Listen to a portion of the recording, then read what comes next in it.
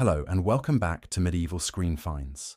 Tonight we're not embarking on a grand voyage across stormy seas, nor are we charting the course of legendary raids. Instead, we're taking a much quieter yet equally profound journey. We're going to delve deep into the everyday existence of a people often romanticized for their ferocity and exploration, but whose daily lives were, in many ways, an unceasing battle against the elements and the unforgiving realities of their age. Forget for a moment the image of the glorious Viking warrior, axe in hand, sailing towards distant shores. Tonight, we'll turn our gaze inland, to the Norse homestead, where the true grit of Viking life was forged, not on the battlefield, but in the muddy fields, the smoky longhouse, and the ceaseless struggle for survival. We're going to explore why being a Viking farmer often, sucked, and uncover other surprising, often harsh, truths about their daily grind. This is a journey into the rhythm of their lives, a rhythm dictated by the sun, the seasons, and the relentless demands of the land. So, dim the lights, settle into a comfortable stillness, and allow yourself to drift back in time with us as we explore the often overlooked struggles and remarkable resilience of the Norse. If stories like this help you rest, feel free to like the video and subscribe, but only if it brings you peace. And let me know in the comments where you're listening from and what time it is. There's something strangely comforting about seeing all the places where these quiet stories reach. Imagine yourself, if you will, standing on a windswept hill in what we now call Scandinavia, or perhaps along the rugged coasts of Iceland or Greenland. The air is crisp, often cold, and the horizon stretches, vast and indifferent, under a sky that can shift from a brilliant, fleeting blue to an oppressive, heavy grey in a matter of moments. This is the stage upon which the Viking farmer played out their life.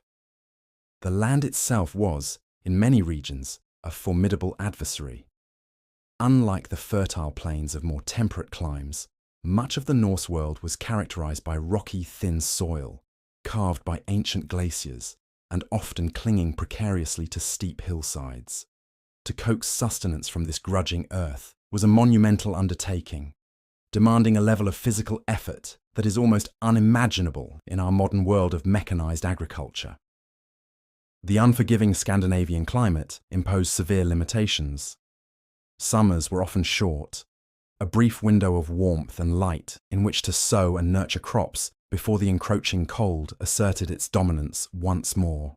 The growing season was compressed, leaving little margin for error. A late frost could decimate a year's hopes. A cool, wet summer could stunt growth and invite disease. The threat of a ruined harvest was a constant, gnawing anxiety, ever present in the minds of those whose very survival depended on its success. Consider the sheer physical labour involved. Before any seed could be sown, the land often needed to be cleared. This wasn't a matter of simply tilling existing fields. It meant removing rocks, stumps, and often small trees, all by hand with simple heavy tools. The earth itself, compacted and often stubbornly resistant, had to be broken, turned, and prepared. There was no easy way to enrich depleted soil. Farmers relied on the meagre resources at hand, animal manure, and the slow, natural cycles of the earth. The variety of crops that could withstand these conditions was limited. Barley, oats, and rye were the staples, hardy grains that could mature in the short summers. Wheat, a more demanding crop, was rare and often reserved for brewing or special occasions, if it could be grown at all. Vegetables were few, perhaps cabbages, root vegetables like turnips and wild greens. Fruits were a luxury, often foraged from wild berries rather than cultivated. This limited agricultural palate meant a diet that, while perhaps nutritious in its own way, lacked the diversity and abundance we take for granted today. The very air itself could be an enemy. Harsh winds, often carrying biting cold or driving rain, would sweep across the open landscapes, threatening fragile crops and challenging the resilience of even the hardiest buildings. The short days of winter, particularly in the northern reaches, meant long periods of darkness, which not only impacted agricultural cycles, but also cast a pervasive shadow over daily life, making even simple tasks more arduous. Life on a Viking farm was thus a continuous negotiation with an environment that offered little quarter. It was a test of endurance, ingenuity, and a profound connection to the land, a connection born not of romantic idealism, but of absolute necessity. The rhythm of their lives was inextricably linked to the unpredictable temperament of nature, a constant struggle to extract enough to survive, to nurture life in a land that often seemed intent on preserving its wild, untamed essence.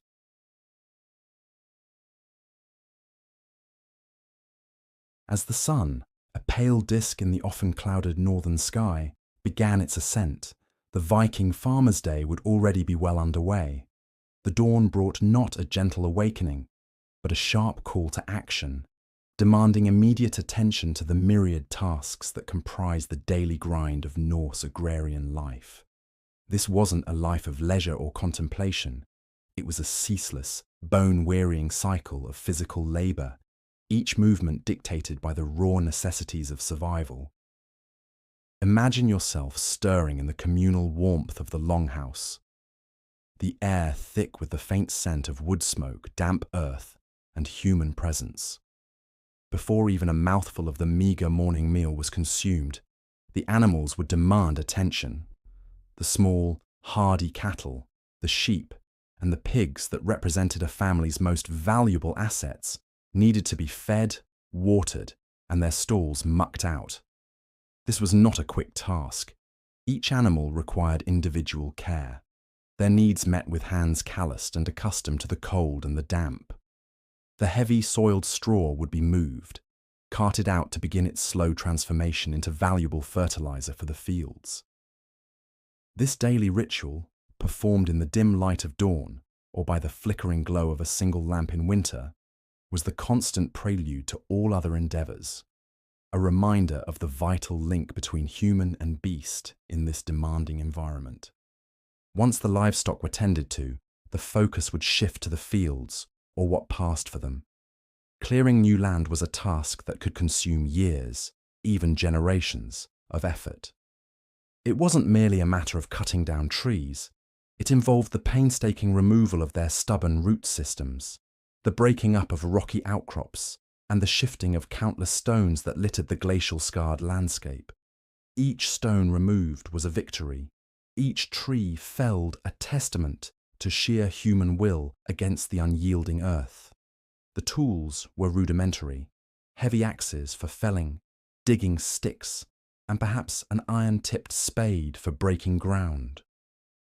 There were no mechanical aids, no beasts of burden strong enough for the heaviest lifting until much later developments, meaning every ounce of progress was earned through sweat and strained muscle. When the land was finally deemed ready, the process of ploughing began. The ardour, a simple scratch plough often made largely of wood, was the primary implement. It didn't turn the soil in the way a modern plough does. Rather, it scratched a furrow, breaking the surface enough for seeds to be sown. This required immense strength, guiding the ard through stubborn earth, sometimes pulled by a single ox or horse, but often by human power alone.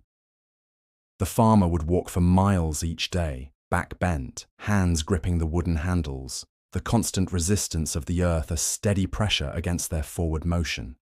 Imagine the rhythm, the shuffle of feet, the grunting effort, the creak of wood, the soft whisper of disturbed soil.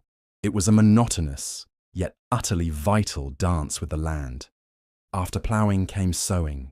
Seeds, carefully saved from the previous harvest, would be scattered by hand, a prayer whispered to the winds. The success of this delicate operation depended on a keen understanding of the soil, the weather, and the subtle signs of nature. Too early, and a late frost could destroy the young sprouts.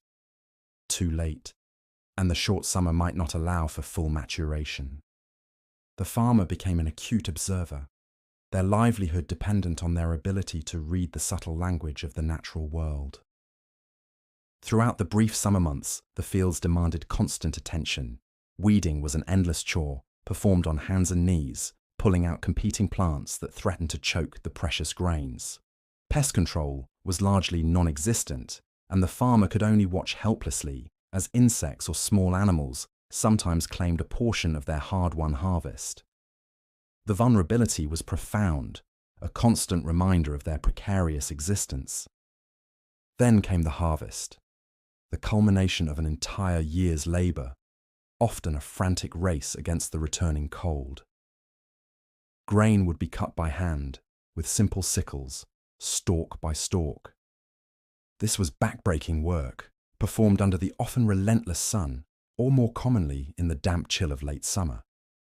Bundles of grain would be gathered, carried, and then transported back to the homestead. The threshing of the grain, separating the valuable kernels from the unwanted chaff, would often happen indoors, a dusty, repetitive process, sometimes using flails or simply by treading on the grain. The air in the threshing areas would be thick with dust and tiny particles, inhaled with every breath, a silent toll on their lungs. But the work was not confined to the fields. Animal husbandry was an ongoing daily commitment, not just during the feeding times. Animals needed to be moved to fresh pastures, protected from predators, and monitored for health. In winter, the challenge escalated dramatically. Fodder, laboriously gathered and stored, was crucial. This meant not only saving hay from summer meadows, but also harvesting leaves and branches from trees, a vital supplement in times of scarcity. The constant mucking out of stalls was not just for hygiene, but also to collect manure, the precious gold of the farmer, vital for replenishing the soil. When an animal fell ill, there was little to be done beyond traditional remedies and prayers. The loss of a single cow or sheep could be a devastating blow to a family's already slender resources, pushing them closer to the brink of starvation. The process of food preparation was equally arduous and time-consuming. Grains, once threshed, had to be ground into flour, often using a hand quern, a heavy, laborious task that could occupy hours of a woman's day, day after day. Imagine the repetitive motion, the ache in the arms, the coarse texture of the stone against your hands, the rhythmic rasping sound as the grain was slowly, painstakingly transformed. Bread, if they had enough grain, would be baked over an open fire. Meat and fish, when available, had to be preserved, dried, smoked, or salted to last through the long, lean months. This involved constructing smokehouses, tending fires for days, and carefully monitoring the curing process, all without the benefit of refrigeration. Every meal, every bite was the direct result of intense physical effort and careful planning, a testament to the continuous struggle against spoilage and scarcity. Even activities we might consider domestic were fundamentally physical labor. Spinning wool and weaving cloth for clothing was not a hobby, but an absolute necessity. Shearing sheep, washing the greasy wool, carding it, spinning it into thread on a drop spindle, and then weaving it on a loom. Each step was time-consuming and required skill and patience. The finished clothing, though rough by modern standards, was a vital protection against the elements, a barrier between fragile human warmth and the biting cold. Building and maintaining the longhouse itself was a continuous project. Leaky roofs needed patching, walls needed repairing, and the hearth, the heart of the home, needed constant tending to maintain a fire for warmth, cooking, and light.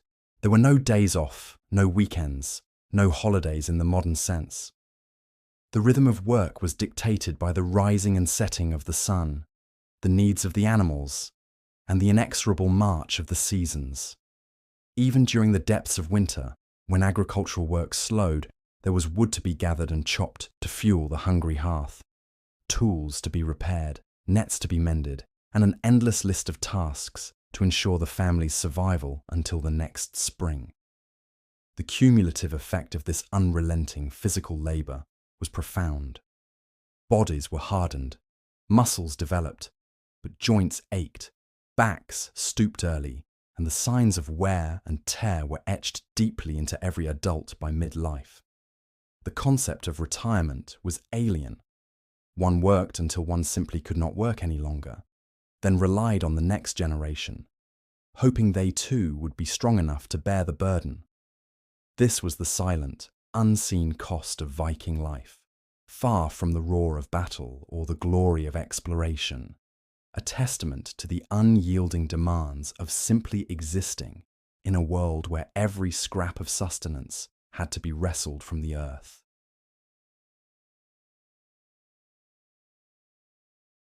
The relentless labour of the Viking farmer, as we've explored, was driven by a singular, overriding imperative: to secure enough food to survive. Yet, despite their monumental efforts, the shadow of food scarcity loomed perpetually over their lives. This wasn't merely a theoretical threat. It was a recurrent, often brutal reality that shaped their diet, their decisions, and their very resilience. Imagine the constant, underlying anxiety. The successful harvest of grain, the healthy birth of a calf, a bountiful catch of fish. These were not guarantees, but hard-won moments of relief in a landscape where nature could, and often did, turn capricious.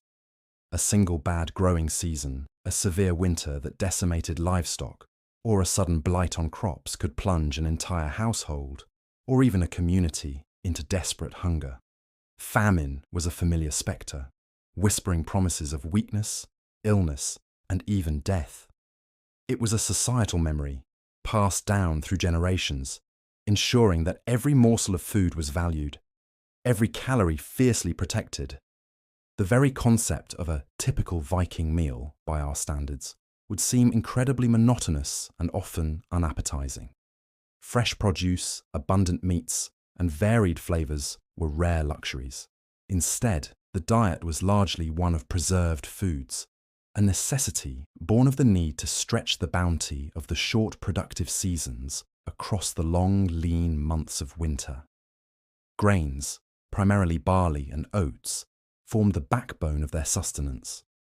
These would be ground into coarse flour, as we discussed, and then transformed into a variety of simple dishes.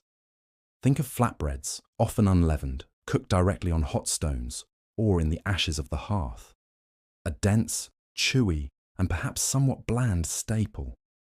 Porridge, made from these same grains, would be a common morning or evening meal, sometimes enriched with a little milk or a handful of berries if available. The texture would be rough, the flavour earthy, and the emphasis entirely on sustenance over culinary delight. Meat, while a critical part of their diet, was not an everyday indulgence for the average farmer. It represented a significant investment of resources. Animals were primarily valued for their milk, wool, and labour, and only slaughtered when absolutely necessary, often at the onset of winter to avoid the cost of feeding them through the leanest months. When an animal was butchered, every part was utilised: the meat for immediate consumption or preservation, the fat for cooking and lamps, the bones for tools and implements, and the hide for leather. The preservation techniques were vital: drying, smoking, and salting.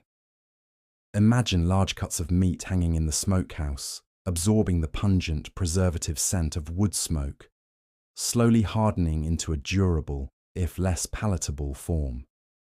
Fish, especially cod and herring, were often dried solid, becoming stockfish, a rock-hard, nutrient-dense food that could be stored for long periods and rehydrated before consumption. This reliance on preserved foods meant a diet often high in salt and low in fresh vitamins, contributing to its own set of health challenges. Fishing and hunting were not mere recreational pursuits. They were essential supplements to the agricultural yield, often the difference between survival and starvation. Coastal communities relied heavily on the sea, with fishing expeditions being a constant activity. Rivers and lakes provided freshwater fish, and traps or nets would be set with diligence. Hunting wild game, deer, elk, wild boar, and smaller animals like hare and fowl also played a role, though it was often a more unpredictable source of food. These activities demanded skill, patience, and a deep knowledge of the local environment. A successful hunt or a good day of fishing could bring a temporary reprieve from the monotony of grain-based meals and provide crucial protein and fat. Despite these efforts, the typical Viking meal would appear remarkably stark to us today. Imagine a wooden bowl containing a thick, greyish porridge, perhaps with a few dried berries, or a piece of smoked fish. There would be no cutlery beyond a knife, perhaps a spoon. The focus was on caloric intake, on simply filling the stomach with enough energy to endure the next day's labour. Flavours would be simple, often savoury, relying on salt for preservation and the natural taste of the raw ingredients. Spices, if present at all, would be exceedingly rare and reserved for the very wealthy or for special occasions. The concept of a varied and interesting culinary experience was largely unknown. Even dairy products, while significant, had their own limitations. Milk from cows, goats, or sheep would be consumed fresh when possible, but often processed into more stable forms like skaya, a fermented dairy product similar to yogurt, cheese, or butter. These provided valuable fat and protein, but their production also added to the daily workload, demanding churning, pressing, and careful storage. The children, the elderly, and the infirm were particularly vulnerable during periods of scarcity. Infant mortality rates were tragically high and often exacerbated by insufficient nourishment for both mother and child. During severe winters, when food stores dwindled and hunting became nearly impossible, families would tighten their belts, stretching every last scrap, knowing that the smallest miscalculation could have dire consequences. The communal nature of the longhouse, while providing warmth and shared labour, also meant that if one family member suffered, the entire household felt the strain. Ultimately, the diet of the Viking farmer was a testament to their resilience and ingenuity in the face of constant pressure. It was a diet shaped by the harsh realities of their environment, the limitations of their technology, and the ever-present threat of hunger. Every meal was a reminder of the unending struggle, a direct link between the earth, their labour, and their very survival. To eat was to participate in a cycle of arduous effort and humble reward, a fundamental aspect of the rhythm of their lives. In the challenging world of the Viking farmer, where every day was a testament to physical endurance, the human body itself was under constant siege, not just from the elements and relentless labour, but from an array of diseases and health challenges that were an intrinsic, often devastating, part of life.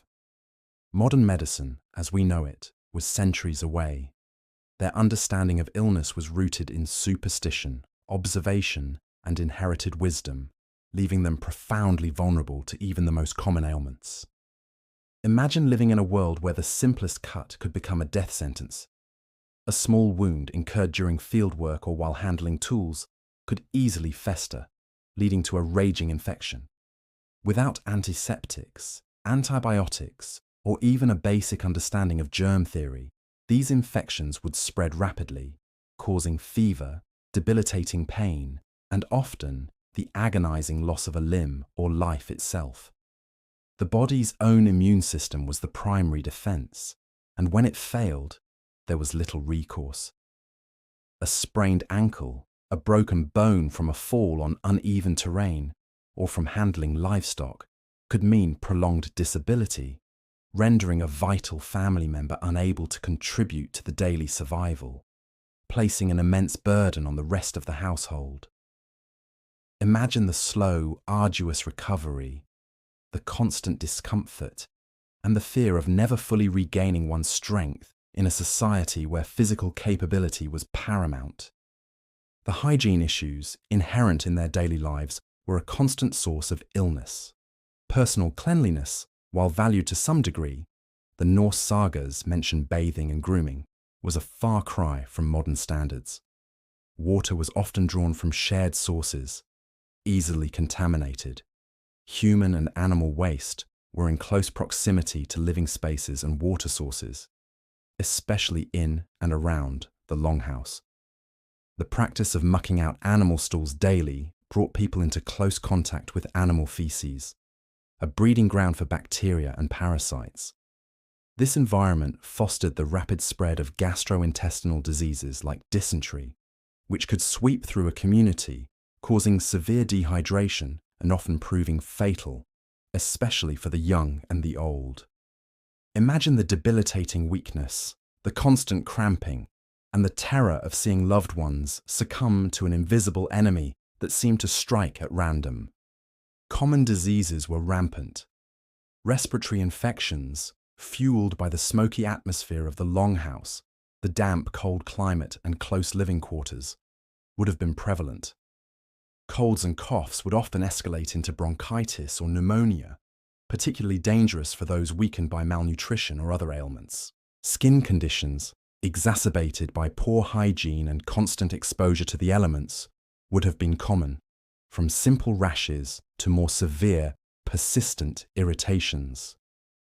Parasitic infections, both internal and external, were also a daily reality, from lice and fleas to intestinal worms, which would further sap the body's strength and contribute to chronic discomfort. The lack of effective medicine meant that relief from suffering was often minimal. Herbal remedies, passed down through generations, offered some palliative care and sometimes genuine therapeutic effects for minor ailments. There were skilled healers, often women who possessed knowledge of local plants and traditional practices. They might set bones, staunch bleeding, or prepare poultices. But for serious illnesses, their tools were blunt. The concept of surgery was rudimentary and incredibly dangerous due to the high risk of infection. Pain relief was limited to natural sedatives like poppy or willow bark, if available. For the vast majority of illnesses, recovery was either a matter of the body's innate resilience or simply a grim acceptance of fate. Perhaps one of the most heartbreaking realities was the high infant mortality rate. A significant proportion of children would not survive past their first few years of life, succumbing to illnesses that modern medicine can easily prevent or cure. Fevers, infections, diarrheal diseases, and complications from birth. Imagine the deep sorrow that would have permeated these communities, the constant threat of losing a child, the profound grief that would have become an all too common companion. For those who did survive childhood, life expectancy remained tragically short by today's standards, likely averaging in the 30s or 40s. While some individuals might live into old age, they were the exception, often bearing the physical scars of a lifetime of hardship and illness. Even seemingly minor injuries could have disproportionate consequences. A chipped tooth could lead to a painful infection. A chronic ache in the joints, a result of years of heavy labor and exposure to cold, would be a constant companion, wearing down spirits as well as bodies. Childbirth, while a joyous event, was also incredibly dangerous for both mother and child, with high rates of mortality from complications, infection, and hemorrhage. Life was fragile, and the human body, despite its remarkable adaptability, was constantly pushed to its limits. Illness wasn't an anomaly to be swiftly cured, but an ever-present threat, a silent partner in the daily struggle for existence. It was a world where robust health was a precious, often fleeting gift, and where the line between life and death was frequently blurred by the relentless onset of unseen afflictions.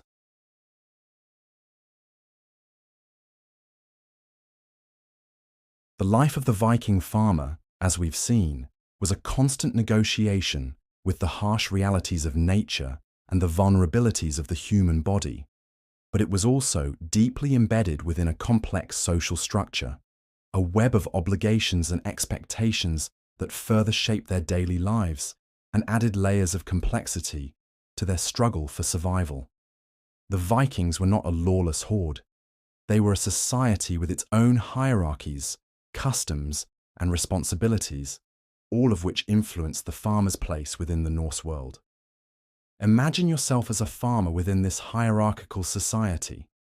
At the top were the jarls and chieftains, powerful figures who controlled land, resources, and often bands of warriors. These were the elite, the leaders, and for the average farmer they represented a mix of protection and obligation. Farmers were not slaves, but they were often bound to these lords through a system of patronage and duty.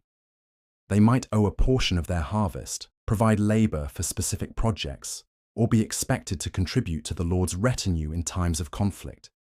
This wasn't always a purely exploitative relationship. A good lord could offer protection against raiders or settle disputes, providing a degree of stability in a volatile world. But the farmer's freedom was always tempered by these obligations, a constant reminder of their place within the social order. Below the jarls were the free farmers, the vast majority of the population.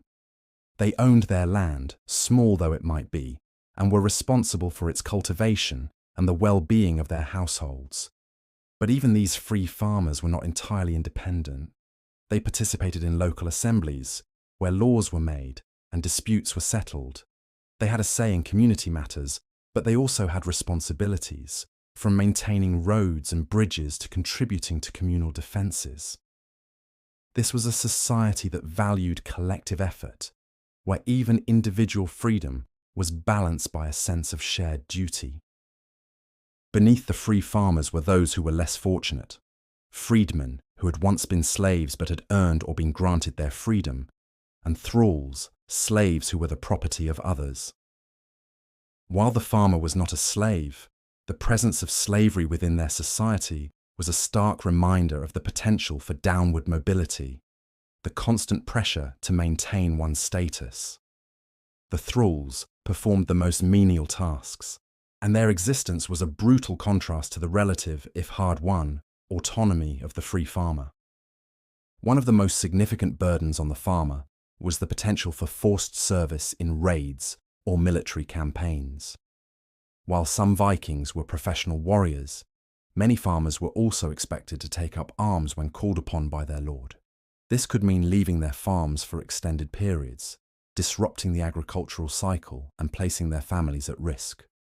The prospect of battle was not a glorious adventure for the farmer. It was a terrifying disruption, a potential loss of life or limb that could devastate their household. The fear of being summoned to war, the uncertainty of return, would have been a constant undercurrent in their daily lives. The burden of supporting large households further complicated the farmer's existence. Viking families were often extended, including not just parents and children, but also grandparents, aunts, uncles, and sometimes even freed slaves. All these individuals depended on the farmer's labour, placing immense pressure on their resources.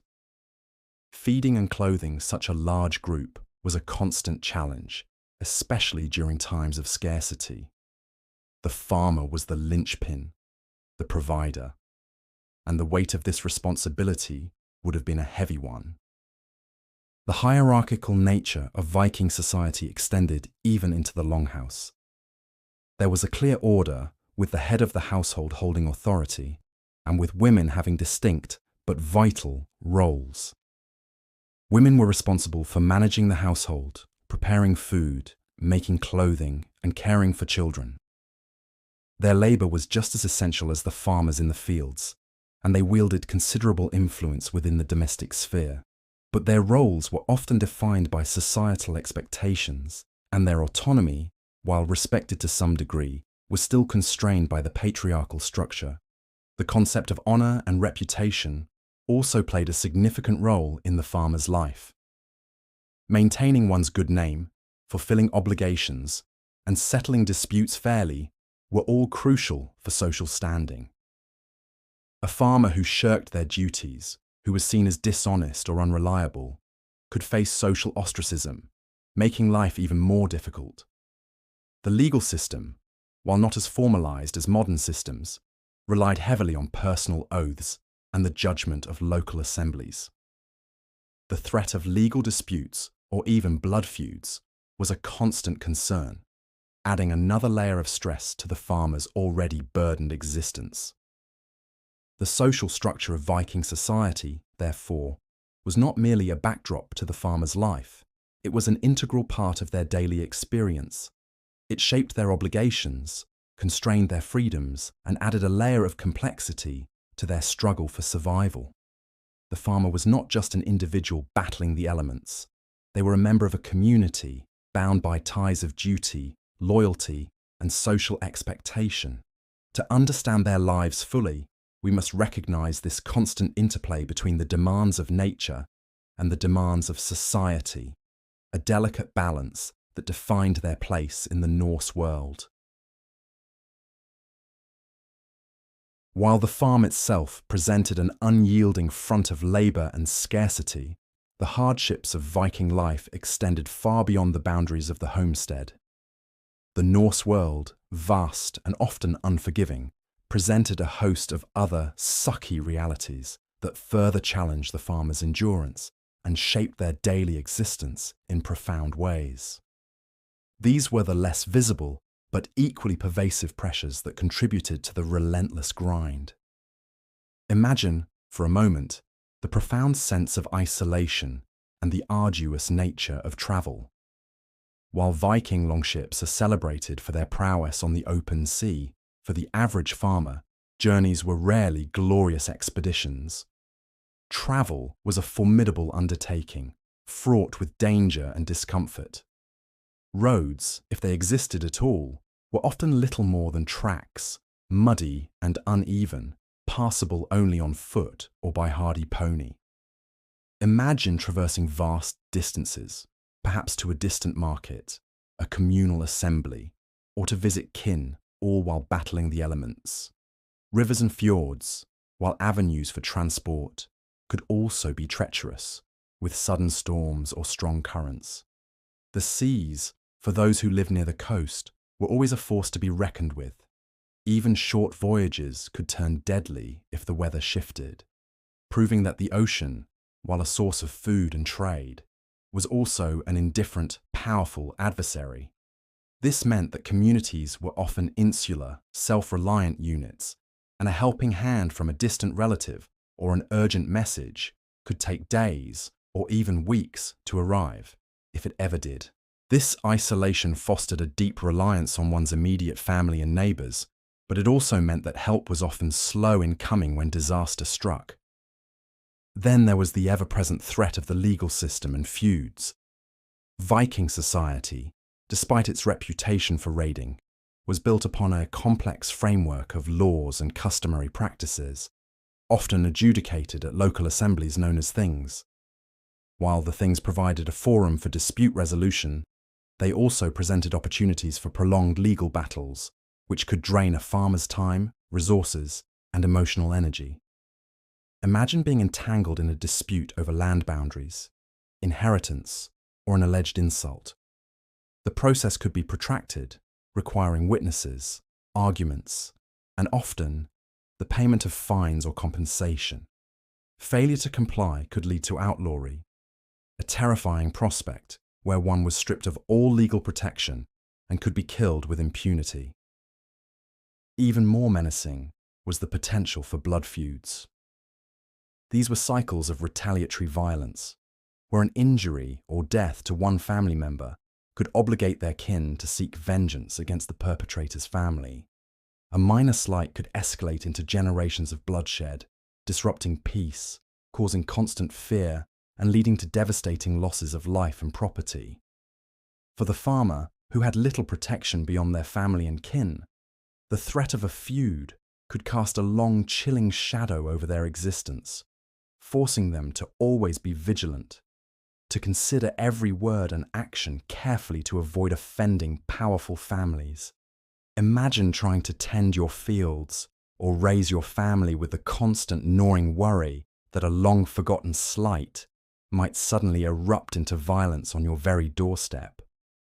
The winter survival itself was a testament to extraordinary human endurance. The long, dark, and brutally cold winters of the Norse lands were not merely an inconvenience. They were a yearly test of ingenuity and preparedness. Imagine the biting cold that seeped into every crack, the short, fleeting hours of daylight, and the deep snow that could bury pathways and isolate homesteads for weeks. Food stores, carefully hoarded from the summer's bounty, had to be meticulously managed. Animals needed constant shelter and feed. Fuel for the hearth, often wood and peat, had to be gathered and processed in immense quantities during the warmer months. A back-breaking task that ensured survival during the sunless, freezing depths of midwinter. The psychological toll of these long, dark months, with little sunlight and limited social interaction, would also have been considerable, demanding a profound inner resilience to combat the pervasive gloom. Finally, the limited comforts of their daily lives would strike us as incredibly harsh. Housing, typically the longhouse, while providing communal warmth, was often smoky, dimly lit, and shared with livestock. Privacy, as we understand it, was virtually non-existent. Sanitation was rudimentary. Clothing, though warm, was rough, often itchy wool or coarse linen, layered against the cold. Personal hygiene, while practiced, was a far cry from modern standards, leading to persistent issues with pests and skin ailments. Entertainment was simple, relying on storytelling, board games, and communal gatherings, but these were often reserved for the evenings after the demanding labour of the day was done. There were no ready-made distractions, no easy escapes from the constant physical demands and the ever-present anxieties. Every comfort, every moment of respite had to be earned through relentless effort. These other realities compounded the difficulties of farming life, ensuring that hardship was not confined to the fields, but was an omnipresent force, shaping every aspect of the Viking farmer's existence. Their lives were a mosaic of interconnected struggles, each piece adding to the profound challenge of simply living in such a demanding world.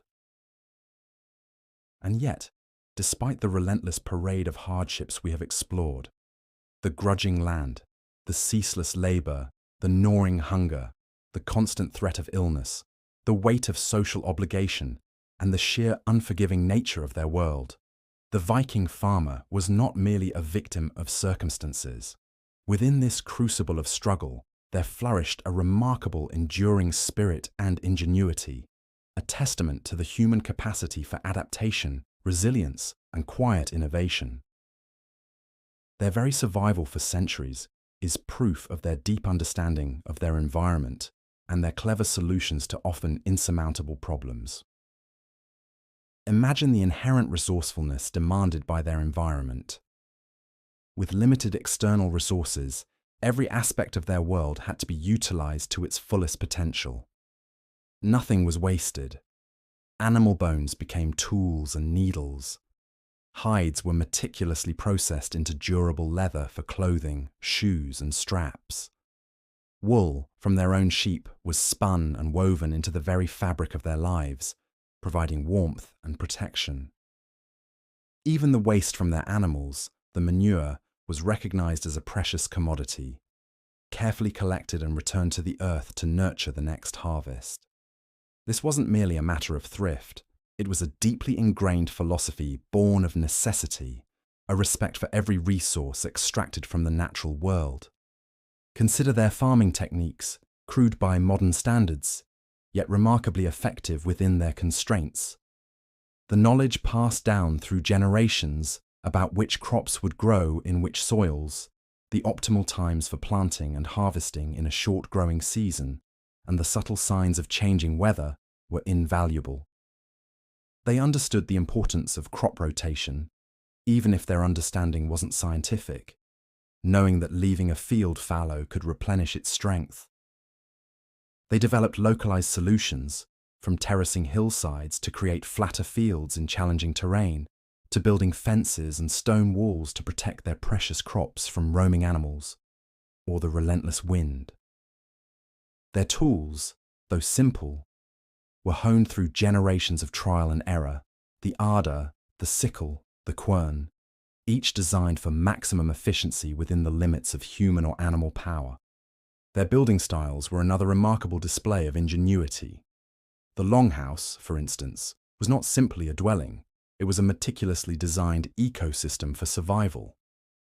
Its thick, often turf-covered walls provided exceptional insulation against the biting cold and driving winds. The central hearth, while smoky, was a multi-purpose marvel, providing warmth, light, and a place for cooking and drying. The shared space with animals, while odorous, generated additional warmth, crucial during the depths of winter. The strategic placement of small windows or roof vents optimized light and ventilation, balancing comfort with the need to retain heat. These structures were built with an intimate knowledge of local materials, timber, stone, turf, and a deep understanding of how to construct a durable, functional shelter that could withstand the harshest elements. Beyond the purely practical, there was an unyielding determination to survive, a psychological fortitude that allowed them to face annual hardships with grim resolve. They were a people deeply connected to their ancestral lands, with a profound sense of continuity and a belief in the importance of their lineage. This connection, this sense of belonging to something larger than themselves, provided a powerful motivation to endure. When crops failed, when disease struck, when a long winter stretched endlessly, they drew upon a deep wellspring of collective spirit, relying on their community and their innate drive to persist. Even in their often monotonous diet, there was ingenuity. The development of various preservation techniques, smoking, salting, drying, was a sophisticated response to the challenge of seasonal abundance and winter scarcity. The creation of stockfish, for example, was an ingenious method of transforming perishable fish into a durable, transportable, and highly nutritious food source that sustained them through long voyages and lean periods. The fermentation of milk into skyr or cheese not only preserved it, but also enhanced its nutritional value and digestibility. The Viking farmer's life was a masterclass in living within limits, in coaxing sustenance from a reluctant land, and in finding solutions to seemingly insurmountable problems. Their resilience was not just a matter of physical strength, but of an adaptive mindset, a deep knowledge of their environment, and an unwavering commitment to the continuation of their lives and their lineage. They were the unsung heroes of the Norse world, whose quiet, relentless effort shaped their civilization as profoundly as any raiding expedition.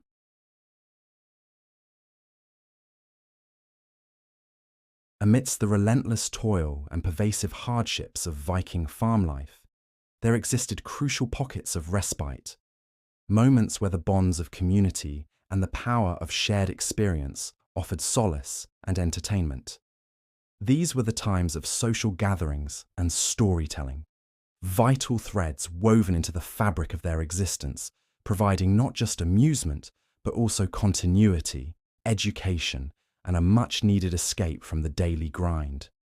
Imagine the long, dark nights of winter, when outdoor labour was severely curtailed. The longhouse, with its central hearth blazing, would become the undisputed heart of the household and community. The air, thick with wood smoke and the scent of drying herbs or fish, would hum with the low murmur of conversation, the rhythmic whir of a spinning wheel, or the clatter of small domestic tasks. These evenings were not filled with silence. They were alive with the sounds of shared life, a collective warmth against the biting cold outside. The most cherished form of entertainment and cultural transmission was storytelling. The sagas, epic tales of heroes, gods, and historical events, were not merely written texts. They were living narratives, memorized and recited by skilled storytellers, often by the elders of the community. Imagine a group gathered around the flickering light of the fire, the shadows dancing on the turf walls, as a voice, steady and resonant, began to weave a tale of distant lands, mighty battles, or cunning tricksters. These stories were more than just entertainment. They were history lessons, moral guides, and a powerful connection to their ancestors and shared identity. They instilled values of courage, loyalty, and resourcefulness, reinforcing the very qualities necessary for survival in their harsh world. The detailed descriptions, the vivid characters, and the dramatic events would transport listeners far beyond the confines of their smoky home, allowing their minds to wander and explore worlds both real and imagined. Beyond the formal sagas, there were countless local tales and anecdotes, stories of a cunning fox outsmarting a farmer, of a neighbour's narrow escape from a storm, or of strange encounters with mythical creatures. These were the unwritten chronicles of their everyday lives, filled with humour, local wisdom, and sometimes the quiet anxieties of their existence. Gossip, too, played its part, binding the community together through shared knowledge and mild intrigue. Games and riddles also provided diversion. Simple board games, often carved from wood or bone, offered intellectual challenge and friendly competition. Riddles, with their clever wordplay and double meanings, would spark laughter and sharpen wits, providing moments of light-hearted fun. These activities, seemingly trivial, were crucial for mental stimulation and for fostering bonds between individuals and families. Feasts and celebrations, while rare and often modest, were highlights of the year. These might mark a successful harvest, a wedding, a religious festival, or the return of kin from a long journey. On such occasions, the community would gather, sharing food and drink that might be slightly richer than their everyday fare. Mead, a fermented honey drink or ale brewed from barley, would flow more freely, loosening tongues and encouraging singing and revelry. These were moments of collective joy, a chance to reaffirm social ties, settle minor disputes, and collectively let down their guard after months of relentless effort. The contrast between these festive gatherings and the daily grind would have made them all the more precious. Even mundane tasks became opportunities for social interaction. Communal labour, such as house building, threshing, or large-scale mending, would bring neighbours together, transforming arduous work into a shared endeavour. While the physical demands remained, the presence of others, the rhythm of shared effort, and the accompanying chatter would have lightened the burden, fostering a sense of solidarity and mutual reliance. These moments of connection, whether through the enchanting spell of a storyteller, the competitive spirit of a game, or the boisterous camaraderie of a feast, were essential for the psychological well-being of the Viking farmer. They provided relief from isolation, reinforced cultural values, and offered glimpses of a world beyond the immediate struggle. They reminded them that even in the harshest of times, life contained moments of warmth, laughter, and the enduring power of human connection. As we gently drift back from the rugged landscapes and smoky longhouses of the Viking Age, take a moment to reflect on the lives we have briefly shared. We've journeyed far from the popular image of the axe-wielding raider, venturing instead into the quiet, unyielding world of the Viking farmer. We've seen the grudging earth coaxed into giving life by tireless hands. We've felt the bite of the northern winds and the ever-present chill of uncertainty. We've acknowledged the gnawing pangs of hunger and the constant threat of unseen illnesses. We've understood the weight of societal expectations and the quiet resilience born of necessity. Their lives were, without doubt, a profound and relentless struggle. There were no shortcuts, no easy answers, only the constant, repetitive demand for effort, ingenuity, and an almost superhuman endurance. The suck of being a Viking farmer was not a fleeting discomfort, but a pervasive reality, a testament to the sheer difficulty of simply existing in a pre-industrial world, far removed from our modern comforts and conveniences. Yet, within this demanding existence, we also glimpsed something remarkable, an enduring spirit that refused to be broken. We saw the ingenuity in their building, their tools, and their methods of preservation. We witnessed their profound connection to the land and their unwavering determination to provide for their families, generation after generation.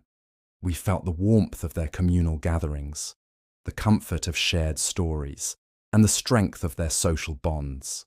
So, the next time you picture a Viking, perhaps let your mind drift beyond the longship and the battlefield.